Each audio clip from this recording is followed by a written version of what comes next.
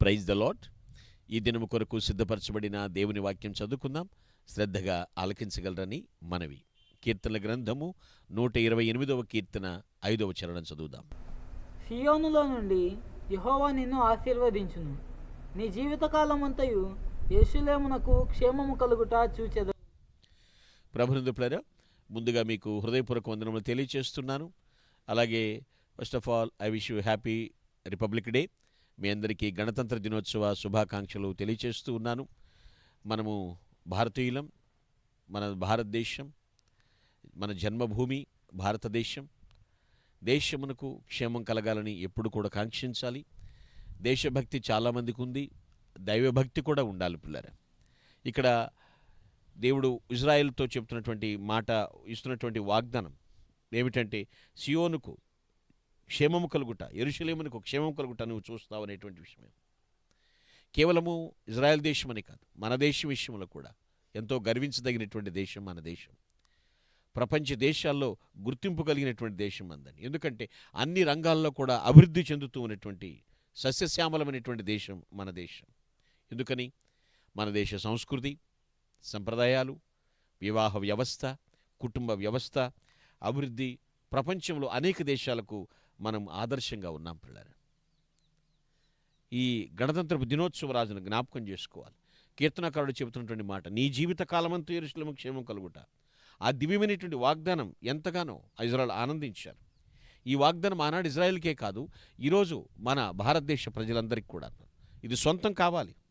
అలా కావాలని మనం వేడుకోవాలి, దేవుని సన్నిధిలో అనుదినము ప్రార్థించాలి. మన దేశంలో ప్రతి ఒక్కరూ కూడా సాంఘిక పరంగా, నైతిక పరంగా పిల్లరా, ఆర్థికంగా, ఆధ్యాత్మికంగా అన్ని రంగాల్లో కూడా వర్ధిల్లాలి. చక్కని నవసమాజ నిర్మాణం, సమసమాజ నిర్మాణం కోసం నడుం బిగించాలి. అందరిలో కూడా ఐక్యతను పెంపొందింప చేయాలి. సమైక్యత భావాలు రూపొందింప చేయాలి. ప్రేమను అందరికీ చాటించాలి పిల్లరా. ఎందుకని? అది సహోదర ప్రేమను పెంపొందింప చేయాలి. ఇది జరగాలి అంటే ఖచ్చితంగా మన దేశ క్షేమం కోసం ప్రార్థించాలి. దేవునిచ్చిన వాగ్దానాలు ఏవి పొల్లుపోవు కదా.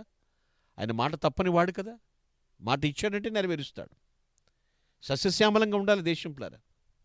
కానీ దుఃఖకరమైన విషయం ఏమిటంటే, కొన్ని ఇతర దేశాల్లో జరుగుతున్నట్లుగా మన దేశంలో కూడా దారుణమైనటువంటి హింసాకాండలు, మారణ హోమాలు, అవినీతి, అరాచకం, దారుణం తట్టుకునేటువంటి విషయాలు, అన్యాయం పిల్లరా, దారుణమైనటువంటి ఘటనలు, ఉగ్రవాదం మన దేశంలో కూడా చోటు చేసుకున్నాయి. చాలా బాధాకరంగా ఉంది పిల్లలు. వాటిని పారద్రోలాలంటే మనము ఈరోజు మన దేశం యొక్క శాంతి, సౌభాగ్యం, సౌభ్రాతృత్వాల కోసం ఖచ్చితంగా పాటుపడాలి. ఎంతగానో ప్రార్థించవలసినటువంటి వారమై ఉన్నాం. వాళ్ళు చేస్తారులే, ఈ గుంపు చేస్తారులే, ఆ ప్రేయర్ టీం ప్రేయర్ చేస్తారులే అంటాం కాదు. ఇది ప్రతి ఒక్కరి బాధ్యతగా ఉంది పిల్లరా. మన దేశానికి క్షేమం అవసరం, భద్రత అవసరం, శాంతి అవసరం, సమాధానం కావాలి. ఎక్కడ వస్తుంది మనకి తెలుసు పిల్లరా. రక్షకుడిని విశ్వసించినటువంటి మనం యేసుక్రీస్తు నందే మన దేశానికి క్షేమమని, భద్రత అని, శాంతి, సమాధానాలని. సో కాబట్టి సువార్త ద్వారా, దేవుని ప్రేమ సువార్త ద్వారా పిల్లలు ఆలోచించండి, యేసు పాద సన్నిధికి మన భారతదేశ ప్రజలను తీసుకుని రావాలి. ప్రేమ సువార్త, ఆయన శిలువ త్యాగము గుర్తింపు కలగాలి. ఆటంకాలు లేవా? ఉన్నాయి. అడ్డుబండలు లేవా? ఉన్నాయి. మానహోమాలు లేవా? ఉన్నాయి. అయినప్పటికీ కూడా విసిగిపోకుండా, అలసిపోకుండా దేవుని సన్నిధిలో మన దేశం కొరకు ఇంకా సువార్త వినని వారి విషయంలో పిల్లలు ఆలోచన. ఎందరో ఉన్నారు, వారి ప్రాణాలు గాల్లో కలిసిపోతున్నాయి. అగ్నిగుండు పంచును ఉన్నారు, నరకములకు జోగుతూ ఉన్నారు. అటువంటి వారి విషయంలో బాధ్యత తీసుకోవాలి.